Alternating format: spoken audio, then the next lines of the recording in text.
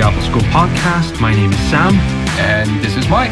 And today we're asking what's the crap about minimalism. What the heck is minimalism? You'll find out. Is it art? Is it a lifestyle? Is it both? We'll find out about that. With whom is it popular? How do you get into minimalism? What alternatives there are? Is it really a practical thing? Do I really need to do this? What's wrong with my life? So we're going to find out all about that. Sit back, relax, and learn about minimalism and hopefully get some of your English language listening done. Okay, Mike. Hello. Hello. What is minimalism? Ooh.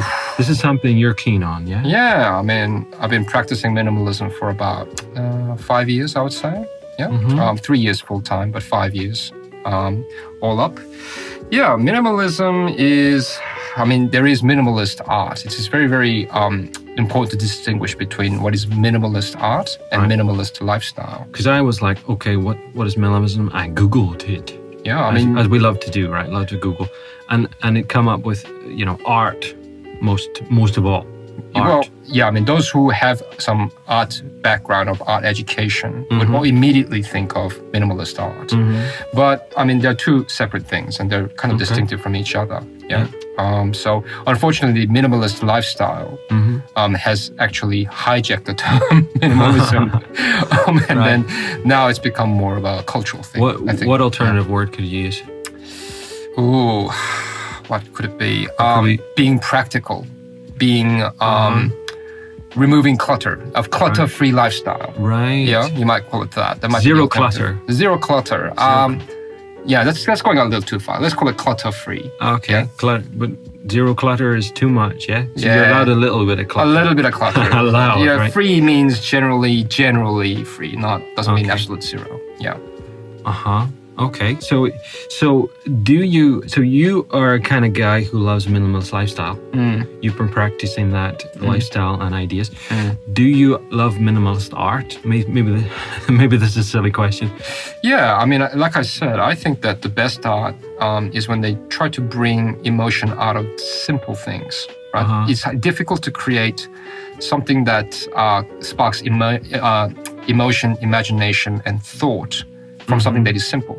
Yeah, whether it be music, whether it be film, whether it be just a piece of painting.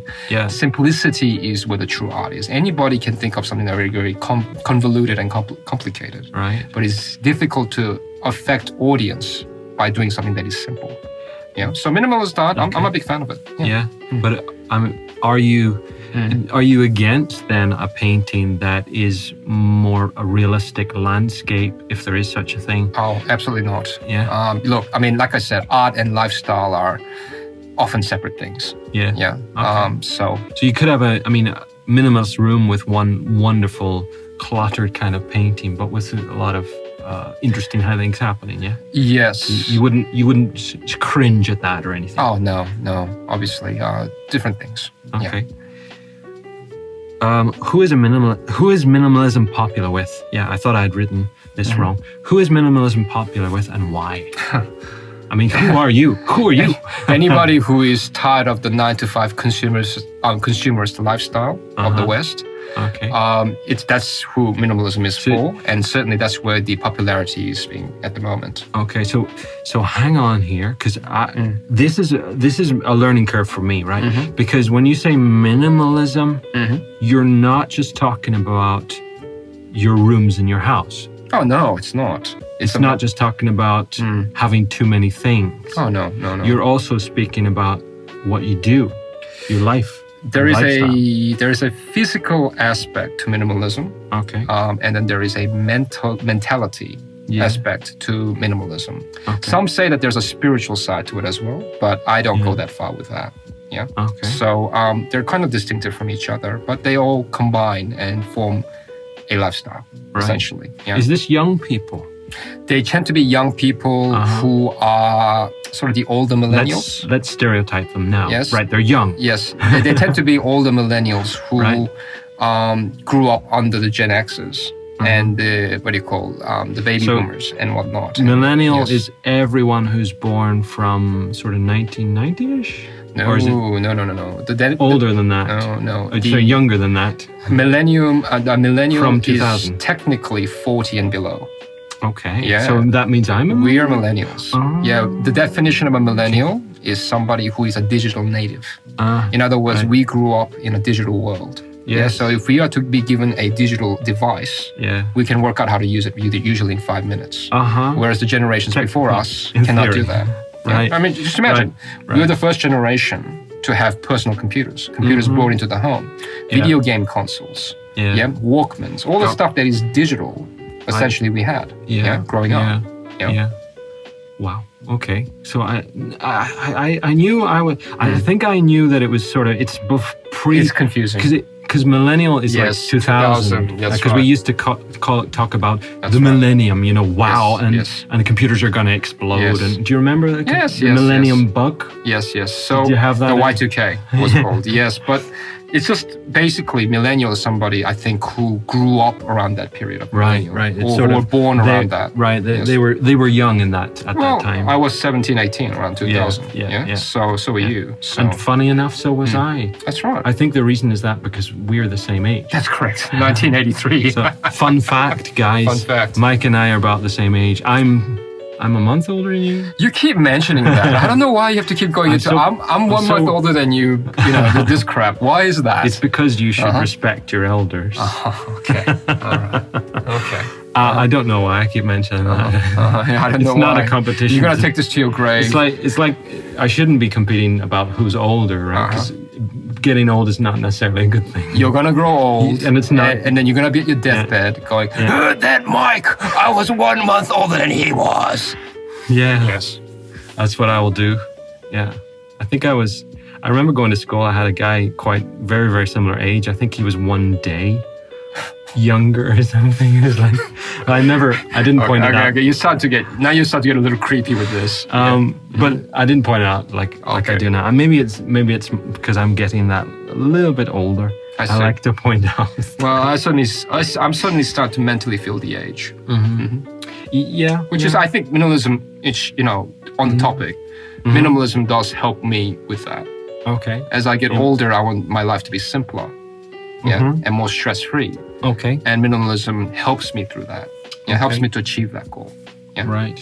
That new need. Yeah. So minimalism is about reducing the kind of stress in your life, or if you do it, you can reduce stress? Look, I'll talk about the mental approach first, because that's where everything comes from, even the physical. So the mentality of minimalism is basically about addressing needs before wants or desires. Right, because we've got a lot of wants and desires. Yes. That's right. We want human beings. We want this brand new this, brand new that, or this thing that we dream of. It's not about that. It's about addressing what do you need right now, asking yourself that question. Right. What do you need in order to be happy? Yeah? Okay. And then just removing everything else outside of that, or trying to remove everything outside of that, so that your mental focus day to day is what makes you happy. Yeah? So if your true need is that you, and your true value is about forming great relationships with people and having great experiences with them. Maybe you don't need to save up for that new Mercedes-Benz. Yeah. Or maybe you don't need a penthouse. In the middle of the city. So you need to be very honest with yourself as to what you need, not what you want. So identifying what you need day to day and in the long term is far more important to a minimalist than addressing desires, which are often influenced by marketing from advertisers. So that's consumerism. Obviously, that's sort of So is minimalism is anti-consumerism? Yes, it is absolutely. It is not. It is anti-consumerist. It is the polar opposite, in fact, in my opinion. Yeah, some might say that there are minimalists who've combined, a little bit of consumerism into their lives, and they're perfectly happy as a result. That's fine. Power to them. But for me, it Fair is. play to ye. Yeah, I mean, as it I is. Would say. What do you say? Fair dinkum in Australia. Fair dinkum. Do you use that phrase? Fair dinkum. Yeah, I don't. It's reserved for some people, but I don't. It's a terminology that is starting to disappear. Fair dinkum, mate. All right. Do you know the origin of that word? No. I don't. Okay. So it's actually Chinese. Really? So during the gold rush, about 130 years ago or so, the Chinese came to Australia to mine gold like everybody else. And there were a lot of Irishmen too at the time who came. And dinkum is apparently Cantonese word for good gold. So when they used to find good gold, they used to say dinkum. And then the Australians who were there, took that up and said, fair dinkum. Fair gold. It's good gold, basically. And in Ireland, especially in the Republic of Ireland, they say fair play. Fair play. Which, it doesn't, I don't think it needs an explanation. I think that's universal in English. How did you get into minimalism? That's what I want to know. Well, about 7-8 years ago, my background is obviously a filmmaker, and then later I became a chiropractor. I used to have quite a busy lifestyle. In fact, like a consumerist lifestyle, saving up for big dreams, the house, all that kind of thing. And at the time, I was about 28, 29, maybe 30. And very young. Very young, very young man with dreams, like many young people around the world. And I owned a couple of clinics at the time, and I was doing pretty good business. But then I woke up one day and I went, this sucks. Right? This is not, some part of me was not fulfilled. Okay. Yeah. I'm a young man on my way towards my goal, which was to become a millionaire. Yeah. By the time I was 35. Okay. Yeah. And it's just, the doors were open. Yeah. Yeah. Opening for me everywhere. Patients were flooding in. I was making good money, but it just wasn't fulfilling. Yeah. So I thought, something's got to change here. Okay. There's some part of me that the desire is being met. Yeah.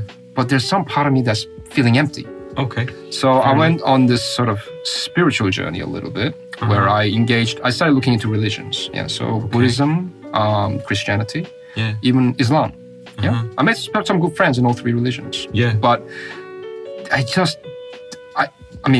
out of them all, I felt that Buddhism was the most practical in everyday life. Right. However, none of these three religions and their spiritual practices were, for me anyway, they weren't really applicable to everyday life. Okay. Yeah, so you would go to a monastery, you'd go to a mosque, you'd go to a church, you feel good for a while, but then you come back to your house.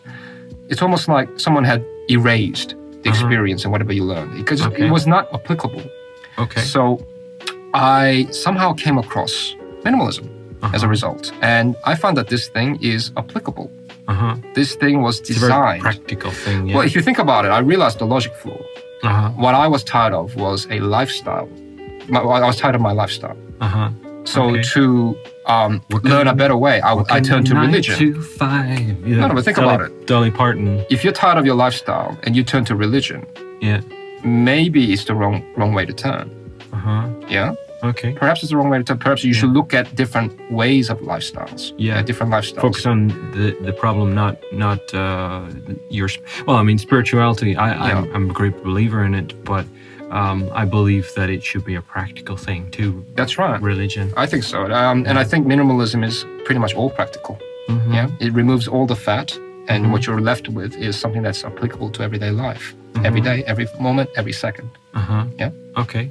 And is minimalism connected with any religion for some people? Yeah, look, I think that, let's talk about the physical first. What is a minimalism in physical? So we talked about the mental. It's about addressing needs before desires and wants, right? The physical is what is necessary for you to be happy, right? So instead of saying these Nike shoes, because Nike keeps telling me that I need to have these brand, this model Nike Air Jordans. My peers are telling me. Then my peers are telling me that I gotta get this Nike shoes. Yeah. Think about what is valuable and necessary to your lifestyle first. If you're looking for durability in shoes, it means that the shoes have to last. Okay. Are you able to go hiking Maybe or whatever? I should buy Reebok. That's right. Maybe you should buy different brand shoes. Yeah. Yeah. If your need is about fashion plus flexibility. I had a fantastic pair of high-tech boots. Yeah. And they're not fashionable. Yeah, but is fashionable valuable to you? Well, Is it necessary? have you seen my clothes? Oh, well, okay. For me, You're a not simple so guy. much. Right. So obviously, durability might be one of your values. It was very important because Yeah. I specifically used those climb mountains. I mean, you don't see. have to be fashionable to climb mountains. I see. You know? For me, whenever I choose clothing, basically I have three criteria, three things that, three values or three things that meet the needs, Yeah. and everything else can go to hell. Yeah. So those three valuables are: number one, it has to be fashionable. Okay. So it has to look good, it has to fit correctly Yeah. to bring out the body shape. Yeah. Uh-huh. Number two, it has to be durable. Yeah. Yeah. So meaning that I'm able to go hiking with it. I'm able to go into the water with it. Do Yeah. whatever I want with it. Yeah. Yeah. And it won't tear. It won't rip. Yeah. Three is that it has to be breathable and flexible. Uh-huh. Yeah. What that means is that because Australia is a very hot country in general, It is. you're gonna sweat a lot. been there. Yeah. You're gonna sweat a lot. Yeah. So I need clothes that can absorb sweat fast, quickly, and dry it, so that I'm not trapped in my own sweat. It's what referred to in the UK as wicking sweat away. We can sweat away. Yeah. Okay. 'cause I used to do a little bit of running. Yes. Not too seriously, but I did a little bit of running, and I did get one or two items of clothing that wick sweat That's right. away. Yeah. I don't wear enough of them maybe now, but I did have some clothes like that where it wicked sweat away. That's right. Yeah. So because all my clothing, so if I get clothes that are that have all those three values, all those attributes that I absolutely need, Yeah. basically everything else I can forget. I can clear my headspace of what I'm gonna buy, what I'm gonna wear tomorrow, what am I wearing today? Does it look good? Is it gonna be comfortable? I don't have to worry about that. I can clear my mind. That you don't ignore fashion. It's not about right. ignoring fashion. Oh, no. Even though fashion isn't necessarily a practical need, you do want to look good. It is a practical need. Uh-huh. Fashion is absolutely a practical need. How would you? Well, if you look good, then your relationships are often going to be better with new people, right? Yes. Yeah. So it is a practical purpose. You that need to be sociable, not to be the weirdo. Well, you don't want to be walking around in a potato sack. Yeah. You understand? Yeah. Yes. So, but if I was a consumerist, It's durable though. It's durable. So it has to have those attributes, three attributes. All of them have to be met, or I forget about it. I don't care. Yeah. So, which means I might have 5 pairs of shirts that meet those needs, and that's all I need. Yeah. Whereas if I was a consumerist, every time I'm out, I'm swiping my credit card to buy something because the advertising tells me so. Oh, this Armani suit that doesn't fit you. It's hot inside of it, and it's not durable. It's gonna rip after a year. Yeah. You might just swipe your credit card because you think, because it's just fashionable. I don't know why I bought it, but I bought it, right? You don't know why you bought it. Yeah. So rather than having a closet full of t-shirts, I'd rather have 5 that meets my needs, and are just... And 5 is plenty. 5 is plenty if you're willing to do laundry twice a week. Right. Yeah. Yeah. So I'd rather have less clothing, but practical to my needs and values. Cool. Yeah. So going back to your question. So my next question is it practical? And I think I can sense the answer. Oh, yeah. It's all about practicality. It's all about practicality and nothing else. Right. So minimalism, it's almost like a practice of practicality. Being pragmatic. Being pragmatic. You're basically a city pragmatist. Yeah, pragmatist of city lifestyle. Yeah. Right. Because let's face it, consumerism often is not pragmatic. Okay, yeah. I think we've learned that lesson. Yeah. Okay. So you're kind of being too influenced by others rather than thinking more carefully. So it's also a kind of I'm getting the sense that it's an intellectual thing because I mean you don't have to necessarily be a scientist or smart, very, very like a rocket scientist or whatever, but you do have to think carefully when you're a minimalist. Well, yeah, I mean, everything that's spent, minimalists, you have to, obviously, budget is important, but like I said, if it meets my needs, I don't care how much it costs. Yeah, because it meets my needs and it's practical, I'm buying it. Even if it costs 3-4 times the amount that it would on other clothing or materials, I'm paying for it. Yeah, because it's worth it. Okay. Yeah. It makes me happy. And you're worth it. Okay. That's consumerism. Okay. So what is wrong with clutter?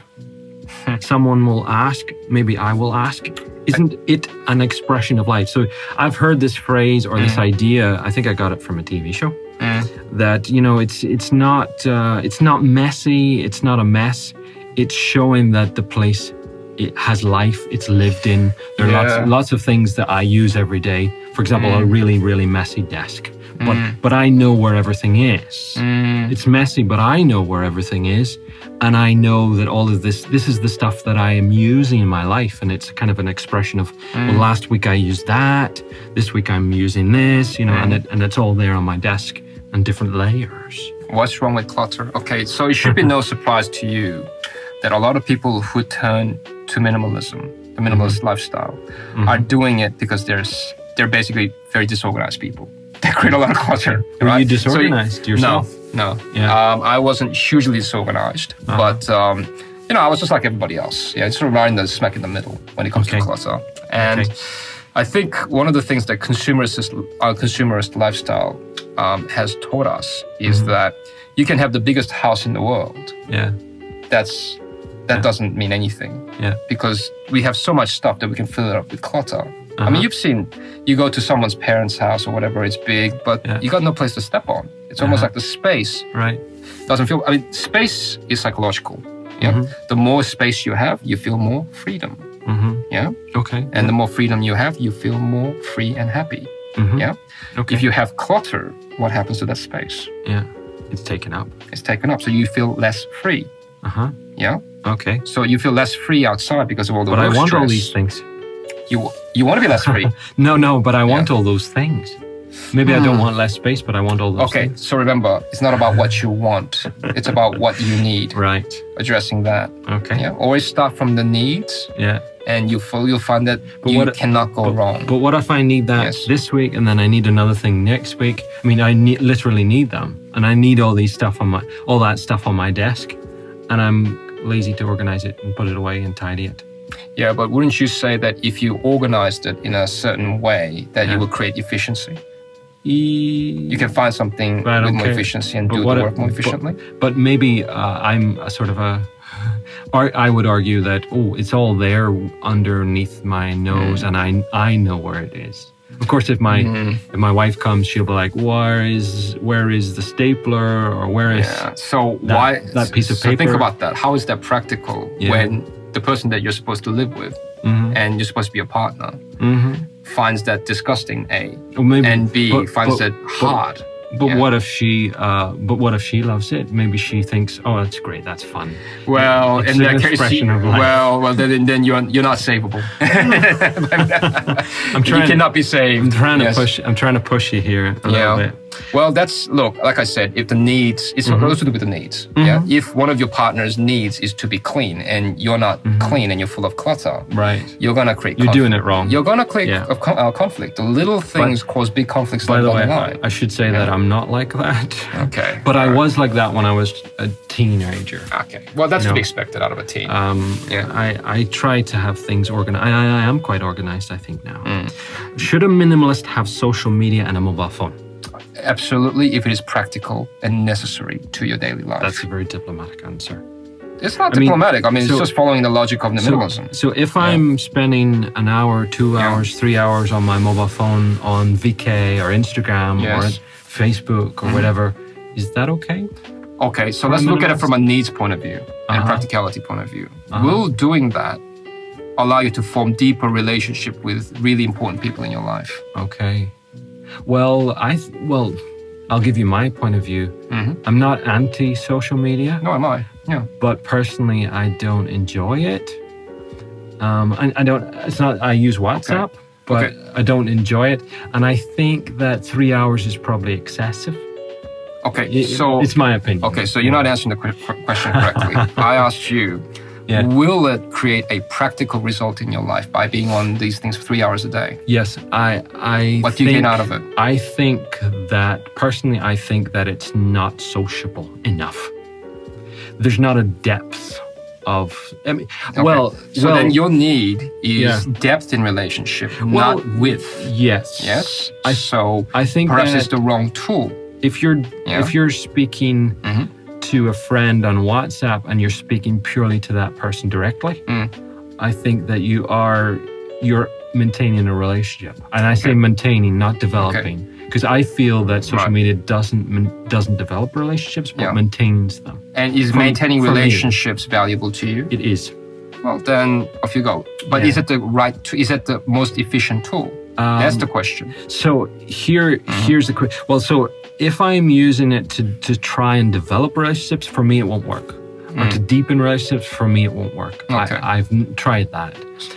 But to maintain, for example, a friend who's in Northern Ireland, I can maintain a relationship with him. Okay. Then the correct answer is it's a maintenance tool, but it's not something that you would use on people that you want to develop deeper relationships with. Yeah. Yeah. So for me at least. Yeah. So you need to set an appropriate time for that. Yeah. Yeah. That's the practical thing. It's not to do. 3 hours for me. You know, I just came across an answer to the question you were asking before we got to the whole physical side of minimalism. You asked me if it is related to spiritualism instead of religion.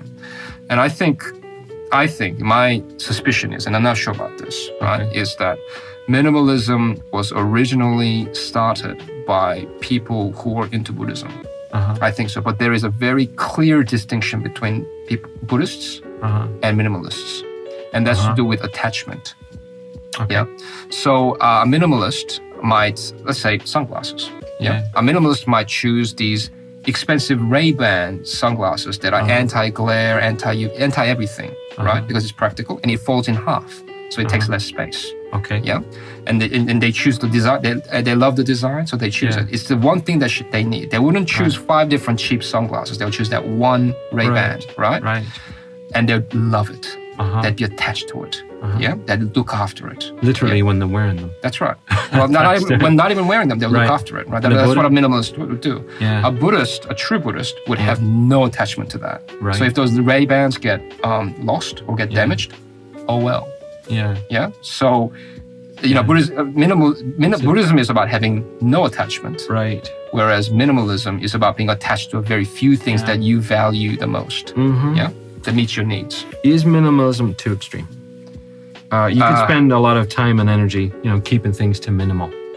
Is that too extreme, do you think? I don't think so. There's a bit of thinking involved. I don't think so. I think there's a clear line of difference between deprivation and minimalism. And minimalism is not about deprivation. Yeah, I'm getting that sense because you're actually thinking about Ray-Bans like something maybe good quality. I mean, very good quality. That's and right. Stuff and pay 3 times more, but get the exact one that you want and love and you'll use every day. Right. So now this translates not only to ownership of goods, and it also translates into your food, what you eat. Yeah. True minimalists tend to eat the same things every day, same ingredients. Now, I don't advocate that. I think that's very unhealthy. Yeah. But, hardcore minimalists will actually do that. Right. So I think that's when they start crossing the line towards deprivation. I think you could get very tired of the same food. It's not just tiring, the nutritional value of it becomes very limited, right? So I think that's doing it a little bit wrong. That's anti-minimalism because that's not what you need. That's right. Your body actually needs... I'm starting to learn. But it's true. I'm learning. Yeah, so by going too deep into minimalism, these people have become almost anti-minimalist. Right, so that's extreme minimalism. That's right, that's the case of extreme. What is a typical day like for a minimalist? You touched on life. Well, everybody's different. It's just like asking, what do I do? What do you do? Okay, so I wake up in the morning and the first thing I would do is, you make your bed. Obviously, as everybody does. You do the same thing everybody else does, right? Or would do. Should do. Kids.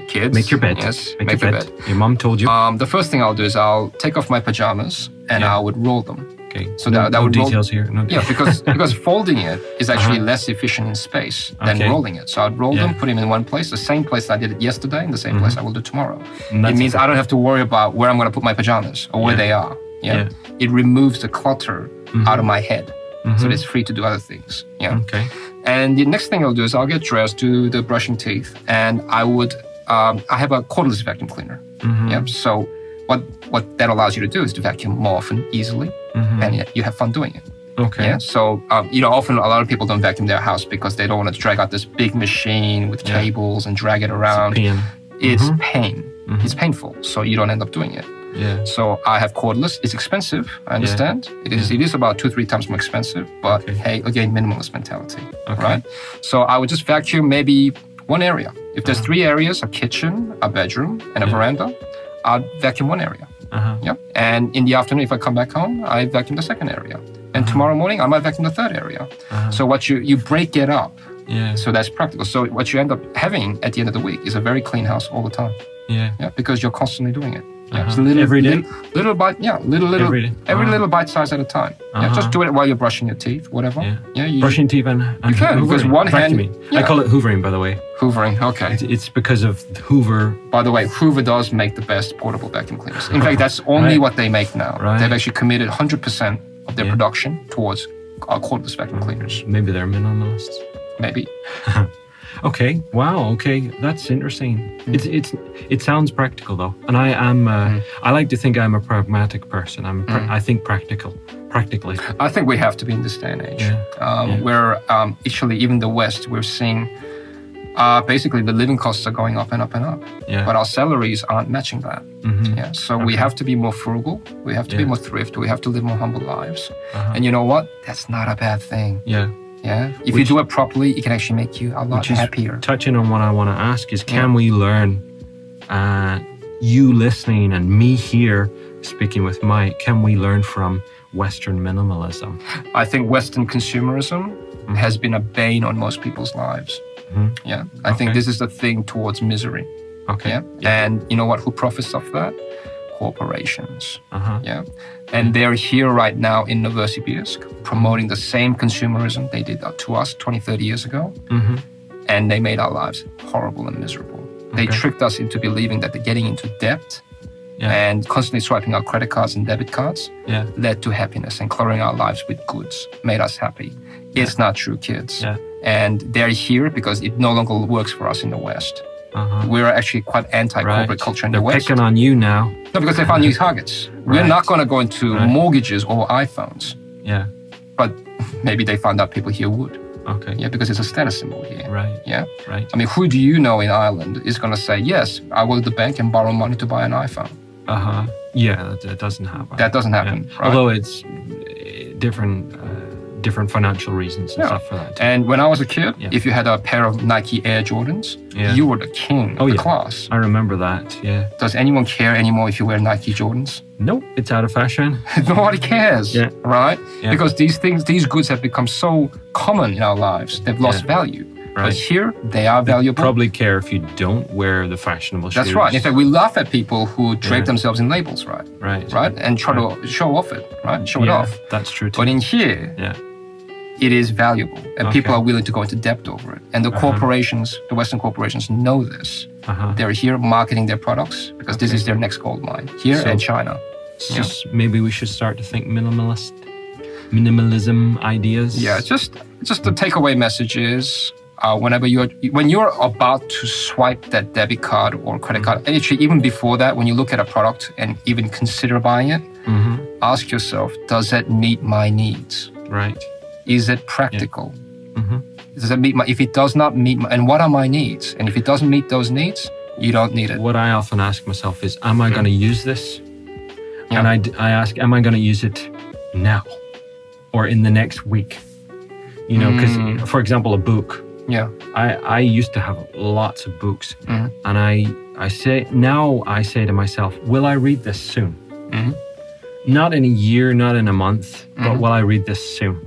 Am I really going to read it? Because I actually gave away a lot of books that I discovered I had bought them, I was interested in them, and I wanted to read them. I see. But I didn't actually, I had so many that I didn't need to read them. You know, I didn't have time to read them. So now I'm slightly, it's maybe a minimalist idea, right. But I wouldn't class myself a minimalist, but I think, hang on, when I do buy a book, which isn't too often, I say, will I read it? And will I read it soon?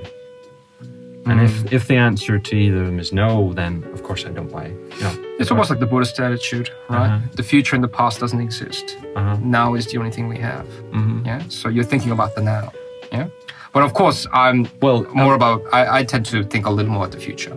I'm just thinking, I mean, if it's a book that's just going to be added to collection, you know, and it's never going to be read, then there's no point in spending money. Well, that's what I... Yes, I think that's a good idea. Yeah. And that's a good little mini step you can do, little baby step you can do towards living perhaps a little more minimalist. Yeah.